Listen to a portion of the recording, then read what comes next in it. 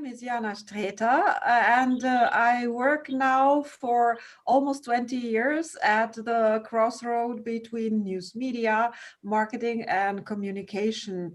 I used to work for a very long time for the World Association of Newspapers, where I was in charge of one of the biggest technology platforms worldwide called IFRA Expo, who was an exhibition for a new technology for publishers. I used to get the best cases from news media houses regarding newsroom integration, digital projects, creating new products, and so on. And actually, we worked together, David, for quite a while. And we have both a big passion for the news media industry. That's why we decided last year to found New World Encounters, which is an exchange platform across industries and across borders for all people that are interested in innovation and digital transformation, creating new products. We are bringing them together and we let them inspire each other. So when we're thinking about how the world changed, we are living now in a digital world and the games rules are changing. The big tech companies that we are dealing with, they are digital natives, like the GAFA, the Google, Amazon, Facebook, Apple of this world are operating at their core competences. So new technologies and digital operation is their home. This is not the same for news media, and news media is still struggling with the digital transformation of their organization and with I mean, they have to adopt a new kind of mindset and implement the new technologies that help them to navigate this new world. So as long as they are not doing it, they are not able to perform in the new digital world. So I think a lot of news media houses made a lot of progress in this area, but still there is a lot to learn from the colleagues from GAFA. That I wanted to say, it is actually a little story that I would like to tell. I was visiting long time ago Google in Mountain View, and we had an exchange between Google managers and a group of local publishers. And we were mind blown by how open their mindset was regarding innovation, lifelong learning, experimentation.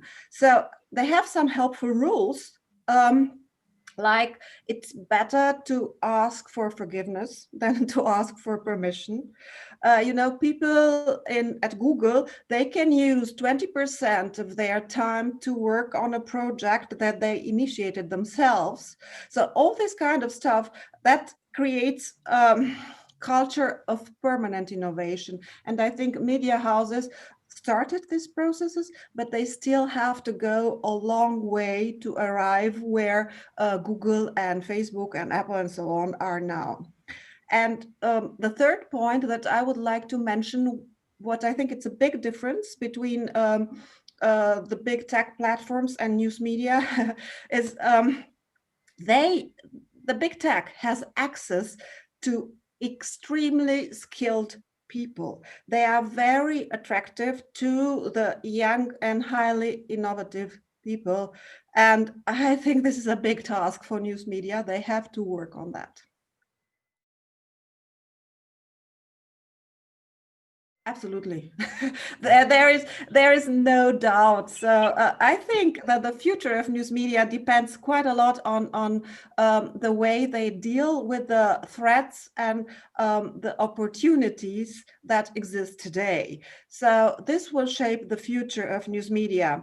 the biggest threat that I see now, and this is not only a threat for news media, but a threat to science and a threat to democratic societies, it is the problem of fake news. And this problem is huge, and I think it will be even bigger in the future because there are organizations and governments that will try to keeping on manipulating facts, you know. So, and the technological development will make the manipulation even easier, and it will get more and more difficult to discern fakes from facts. And we see this happening not only in countries like Russia, Turkey, or China, but also in Western societies like USA or even Hungary in Europe. So I think this is a big threat. Another threat that I see is when media organizations fail to monetize themselves,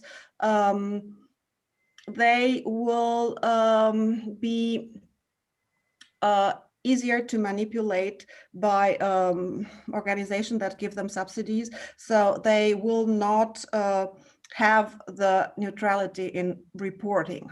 But I do see a lot of opportunities.